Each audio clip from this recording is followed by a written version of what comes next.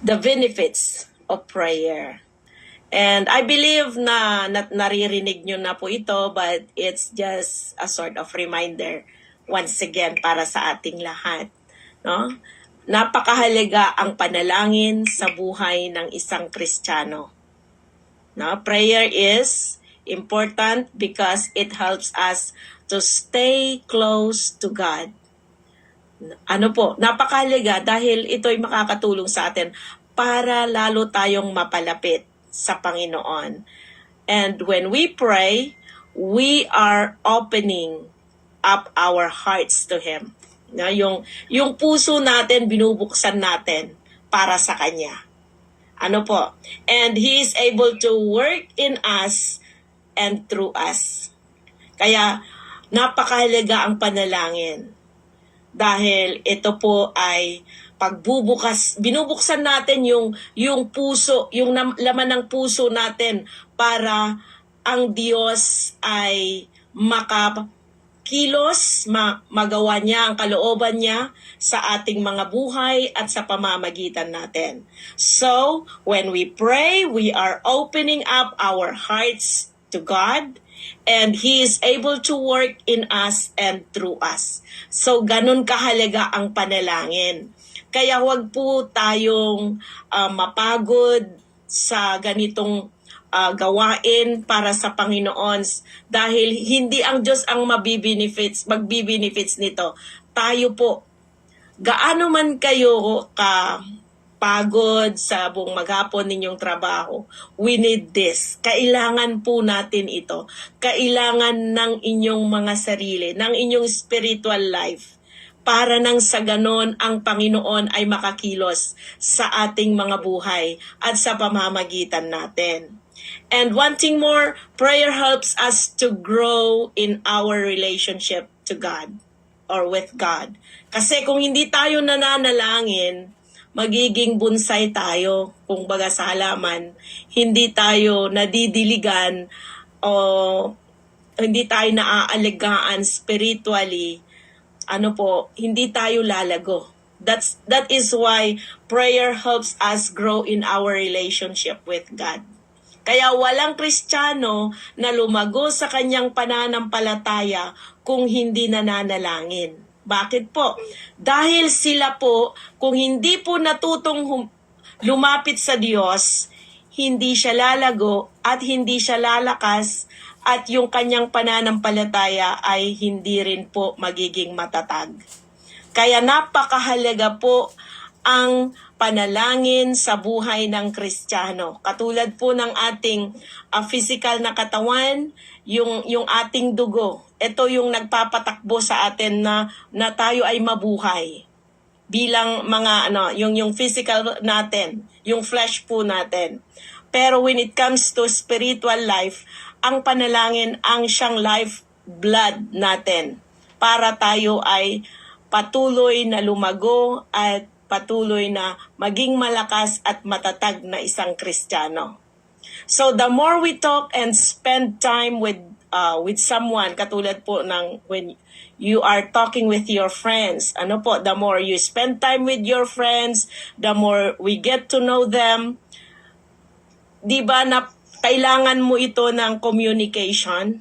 No? Without communication, a relationship will soon wither or malalanta.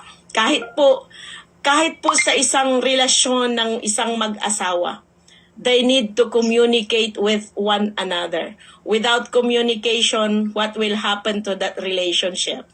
Di po ba malalanta o di kaya mawawala yung inyong relasyon, kung baga manlalamig kayo sa isa't isa. Kaya ganoon po kahalaga ang panalangin. Kaya sabi ko nga po, the more we talk and spend time with someone, the more we get to know them. Kaya nga meron tayong napakaganda nga ngayon dahil meron na tayong Messenger, meron na tayong Facebook, napakarami na pong platforms para magkaroon tayo ng communication sa isa't isa. So, ganun kahalaga po sa isang relasyon ng komunikasyon. Noong kapanahunan ko na ako'y nasa malayong lugar din, katulad ninyo, napakahirap ang komunikasyon noon, magbabayad. Actually, pinayaman ko nga ang telecommunication dahil almost every week gusto kong kausap ang mother ko, ang mga mahal ko sa buhay. Pero ngayon, libre na. Ano po? Yeah, and sa Panginoon, mas higit pa na walang bayad ito. Pero bakit ang tao ayaw makipag-communicate sa Panginoon?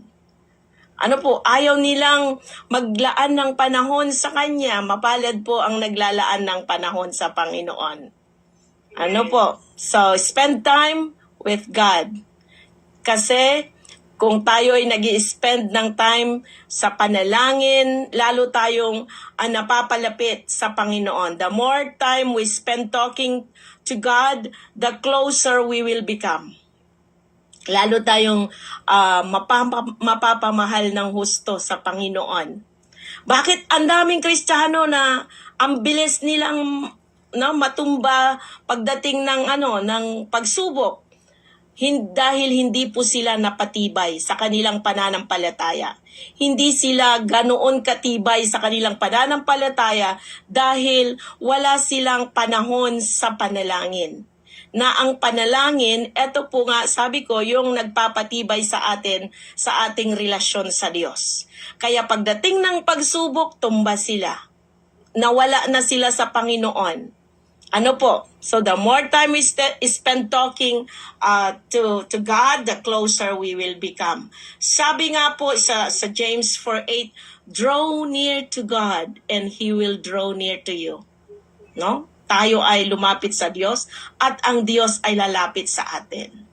Hindi tayo hahabulin ng Diyos. Tayo mismo dapat ang magpakumbaba sa Diyos. Kasi ang Diyos po ay, although mahal niya tayo, pero hinihintay niya tayong magpakumbaba at dumulog sa Kanya sa pamamagitan ng panalangin. Amen po ba? So, prayer helps us focus on what truly matters.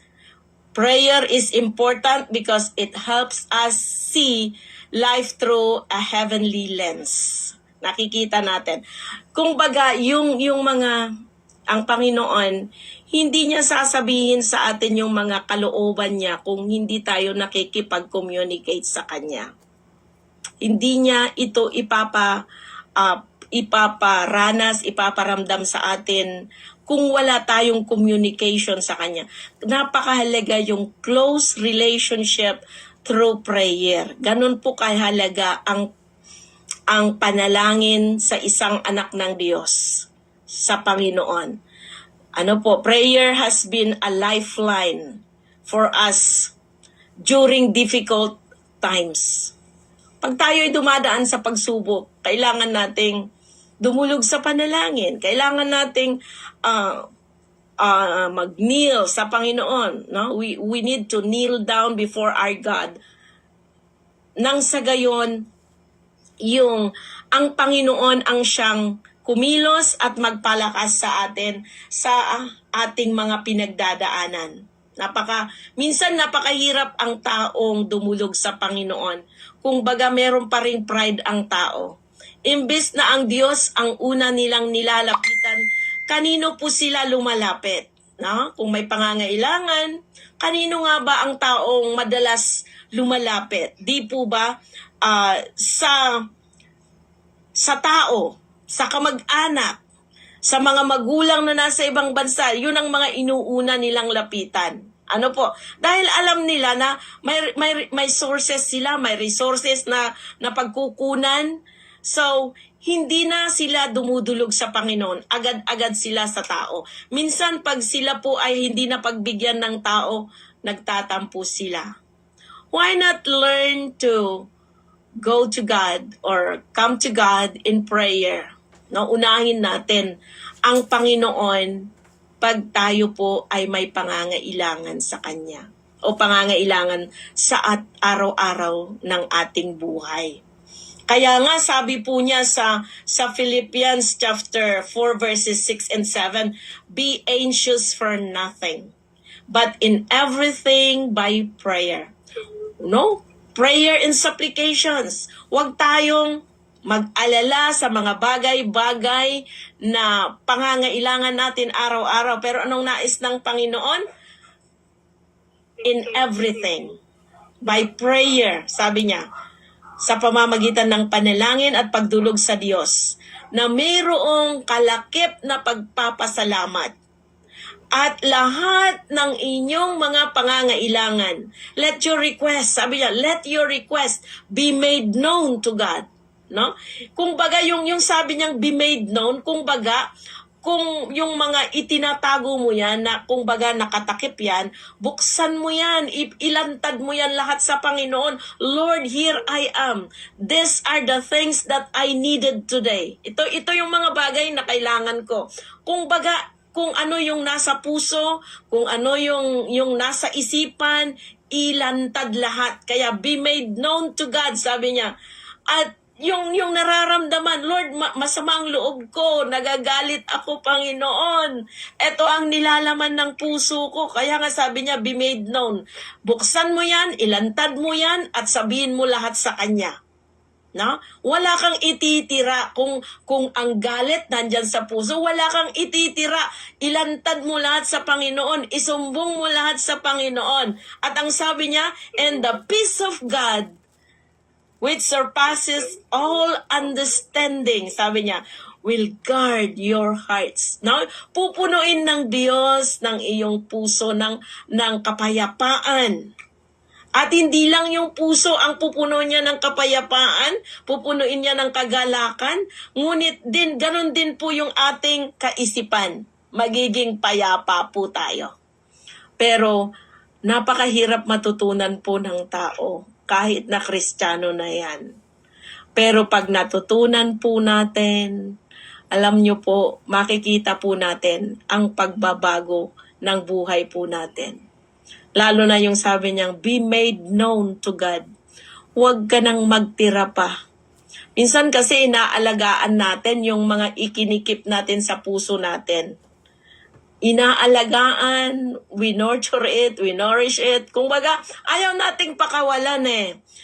Pero sabi, pagod na ako, Lord. Yung isip ko, yung puso ko, nakakapagod na. Bakit kasi?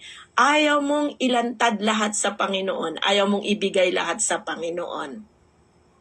Kaya mahalaga po na tayo ay lumapit sa Panginoon sa pamamagitan ng panalangin. And sabi niya, and supplication, yung iyong mga pangangailangan, isabi mo lahat, ano man iyan. With thanksgiving, matuto tayong magpasalamat, hindi pa man din natin tinatanggap o natatanggap yung ating katugunan ng ating panalangin. Pasalamatan na po natin ang Panginoon. Why? Because we know that our God is able to answer and provide all the needs that we have in this life. Walang hindi kayang tugunin ang Diyos. Napakahirap man sa tao, pero sa ating Diyos na ating pinaglilingkuran ay walang imposible. Amen? Walang imposible sa Kanya. So, prayer is important because it positions us to receive God's peace. No? It positions us to receive God's peace that surpasses all understanding. Paano natin makakamtan yang kapayapaan na yan? Panalangin. Kailangan nating manalangin, dumulog sa Diyos. Sa oras ng may pangangailangan man o wala, dahil prayer is a communication, kailangan mong dumulog sa Kanya sa panalangin. Akala kasi ng tao, akala po natin, dahil tinawag itong panalangin, saka lang tayo lumapit sa Kanya pag may pangangailangan tayo. But no, prayer is a communication. Yung iyong asawa ba, saka ka lang ba pupunta sa Kanya kung may kailangan ka?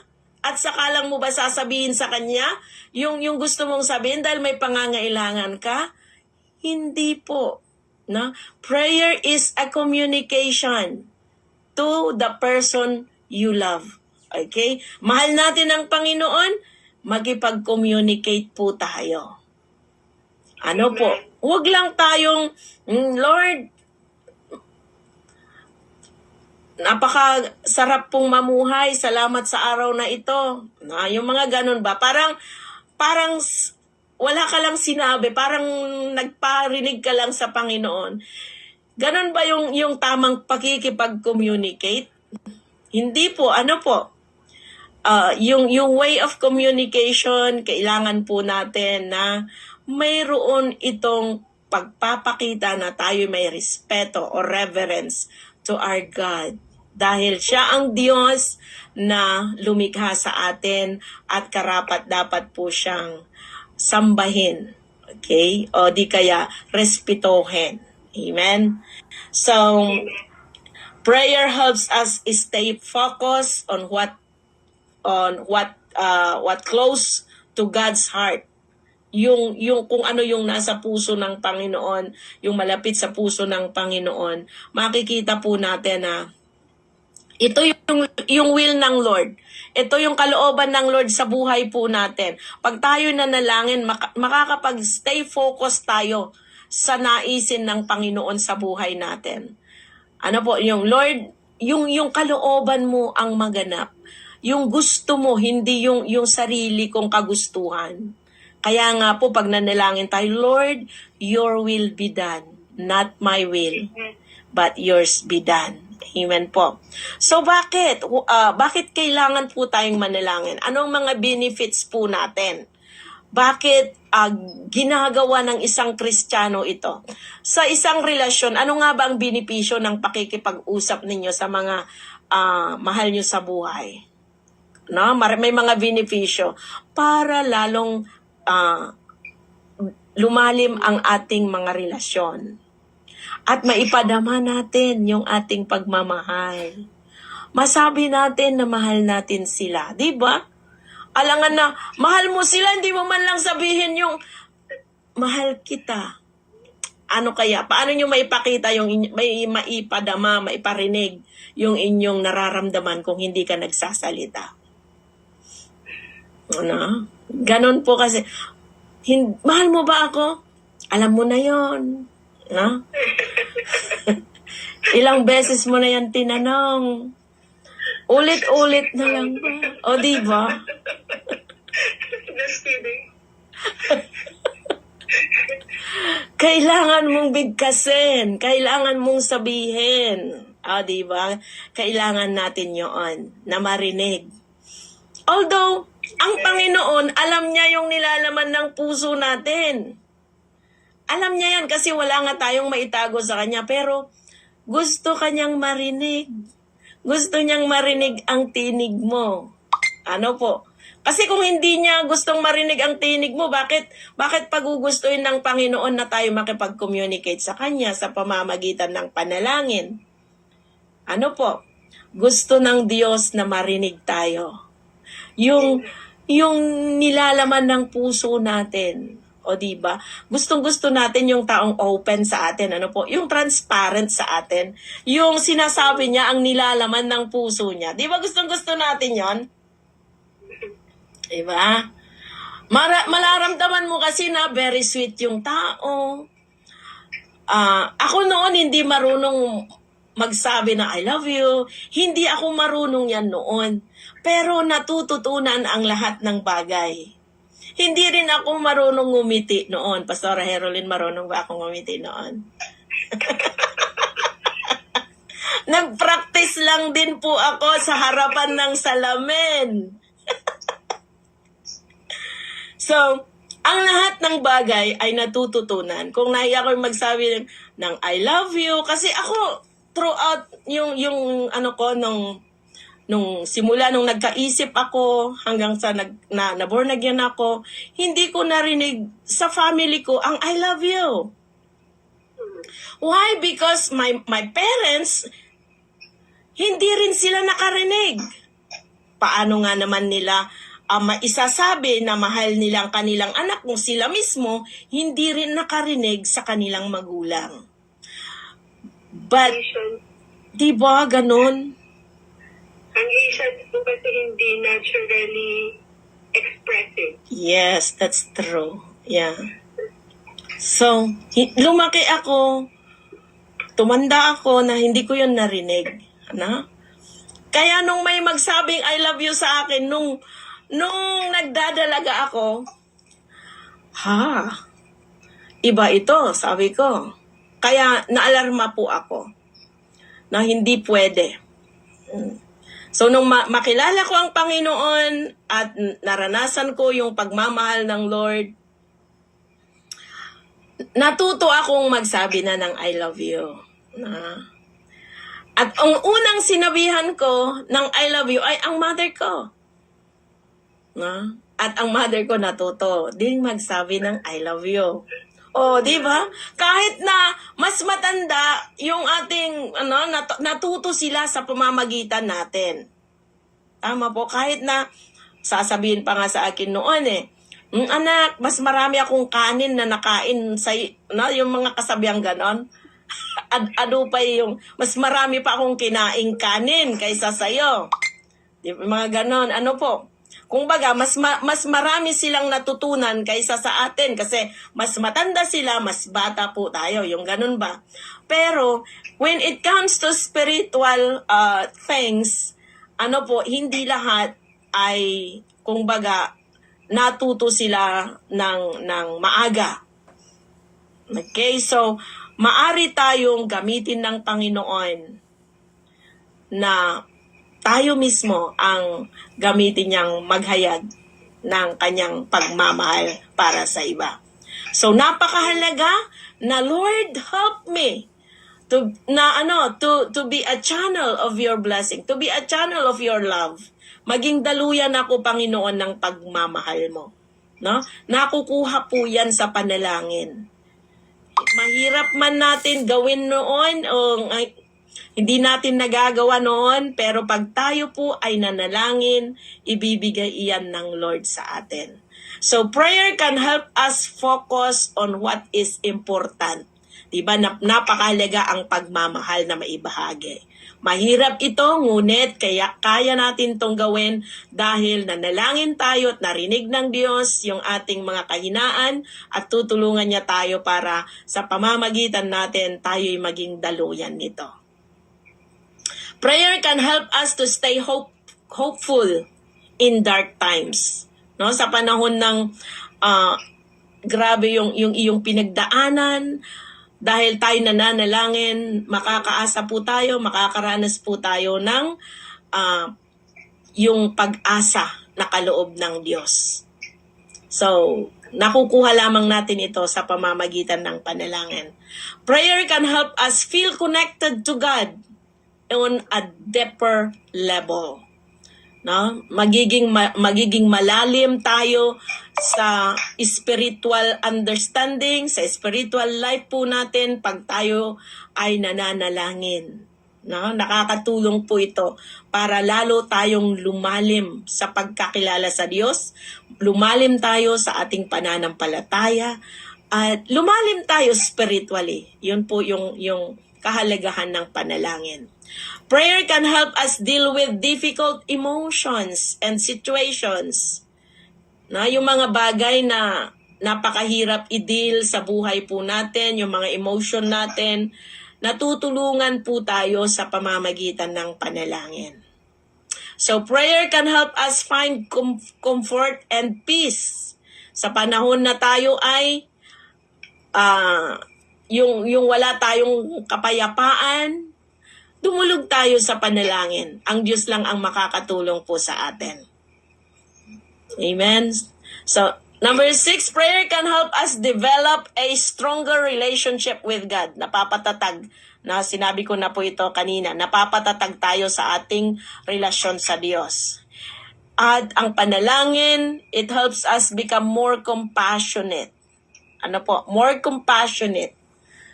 No? Pag tayo nananalangin, ipinapanalangin natin yung mga tao sa paligid po natin, nagiging, tayo, compassionate, yung mahabagin. na nagiging mahabagin po tayo.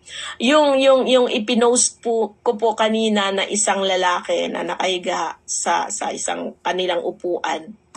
Ito po ay mayroong kapansanan mentally. Mental health po ang problema ng taong ito.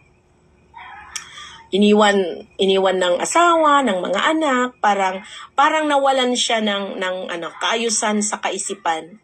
Ito po ay araw-araw po na dumadaan po sa amin, kumakatok sa aming gate, no? Kumakatok siya at hinahanap po kami. Unang hinahanap niya si Pastora Lina tuwing umaga kasi siya po yung unang nagigising sa umaga. Ang hanap niya lagi ay tinapay, ay kape, pang-almusal. Almusal po ang lagi niyang hinahanap po sa amin. Kaya tuwing mag-grocery po kami, may nakalaan para sa kanya na kape for the whole month. Araw-araw yan binibigyan po, naabutan po ni Pastora Lina ng 2 o 3 kape sa tuwing dadaan. Saka lang naman yan dadaan sa amin pag gutom siguro. No, pag gutom. Pero nagtaka ako bakit ilang araw nang hindi dumadaan. Nag-birthday ako hanggang ngayon. Hindi ko nakitang dumaan. Nakita ko lamang po kanina na may pinost ng kamag-anak na ganun na palang nangyari. So, nalulungkot po ako nung una kong nakita at sinare ko rin po kay Pastora Lina, wala siya ngayon dito sa bahay. So, nakakalungkot yung mga taong kahit na may kapansanan, at lagi mo yang inaabutan pag may nangyari sa kanila nalulungkot. No? Dahil, kilala po, kahit na mayroong kapansanan sa kanyang kaisipan po, pag dumaan yan, Pastora, no? Pastora, sabi niya. Alam niya naman, kilala naman kami, tatawagin. Ewan ko kung saan niya nakuha na kami ay pastora. Hindi namin alam kung bakit niya kami tinatawag na pastora. Pag sinasabi kong, saan ka galing? Kasi wala na siyang ginawa kundi lakad ng lakad maghapon sa kalsada. Umuulan man yan, bumabagyo, umiinit man yan, nandyan sa kalsada naglalakad. So, pag tinanong ko saan ka galing, ang sagot niya, nagapuwa ka digijay ka, bagyan tayo. No? Akala mo kamag-anak ko siya, kabagyan tayo. Sabi niya, galing daw siya sa mga kamag-anak namin. Isinali ako na kamag-anak. Pero hindi ako connected sa kanya. So, ganun po siya. Yung may mga tao noon talagang may mga kapansanan sa kaisipan, kumakatok yan. Pero yung isa biglang nawala. Pag dumating dito sa sasabihin niya, si Pastora, sabihin mo magkikita kami sa dating tagpuan. Yung mga ganun ba? Pero may mga kapansanan yon. Ang hingi po nila ay pagkain. No? So, tayo po na laging nandyan, nananalangin, di po ba yung ating nagiging more compassionate po tayo sa mga taong may pangangailangan. Dahil alam natin yung puso ng Panginoon. Mahal sila ng Panginoon. At pag tayo laging nananalangin, nararanasan po natin nafe-feel din po natin yung puso ng Panginoon para sa mga taong katulad po nila. So, prayer helps us to be more compassionate. Nakikita mo yan, nararanasan mo yan pag lagi po tayong may komunikasyon sa Panginoon. Kaya napakahalaga, huwag nating maliitin. No? Ang sarap po ng dumulog sa Panginoon. Dito natin mararanasan yung pagkilos ng Panginoon sa ating mga buhay. Mahirap man yan o simple man yan, pero makikita natin na ang Panginoon, He is an answering God. Tumutugon siya sa ating mga pangangailangan. And prayer can give us strength during difficult times. Sa panahon ng kahinaan, mahina tayo, nalulungkot, nalulumbay, nanlulumo, nanghihina physically, spiritually. Pag tayo po ay nananalangin, napapalakas po tayo. Yun po ang binipisyo po ng taong marunong dumulog sa Panginoon sa pamamagitan ng panalangin. Prayer can help keep our minds and thoughts clear, no? Kasi pag tayo nananalangin, sabi natin, Lord, saliksikin mo ang aking kaisipan, ang aking puso, no? Pinapasaliksik natin yan sa Panginoon. At dito nililinis ng Diyos maging ang ating kaisipan. Kaya napakahalaga ang panalangin. And last, prayer is a way of communicating with Jesus and asking for guidance and support in our lives. Sa buhay po natin, wala tayong ibang kailangan. Lalong higit, tayo po ay malayo sa ating mga pamilya. Ang Panginoon ang kailangan po natin. Wala po tayong matakbuhan pero meron nandyan po lamang ang Panginoon. Siya ang dapat nating unang takbuhan sa oras ng pangangailangan. Amen? Kaya ganun po kahalaga ang panalangin. Kaya po, kung gusto nating lumago sa ating pagkakilala sa Panginoon, sa ating relasyon sa Kanya, matuto tayong dumulog sa Kanya sa pamamagitan ng panalangin. Amen? Amen. Amen. Praise God. Marami pong salamat. Learn to pray. Learn to come to God in prayer. Thank you. Amen. Praise God. Thank you, Pastor.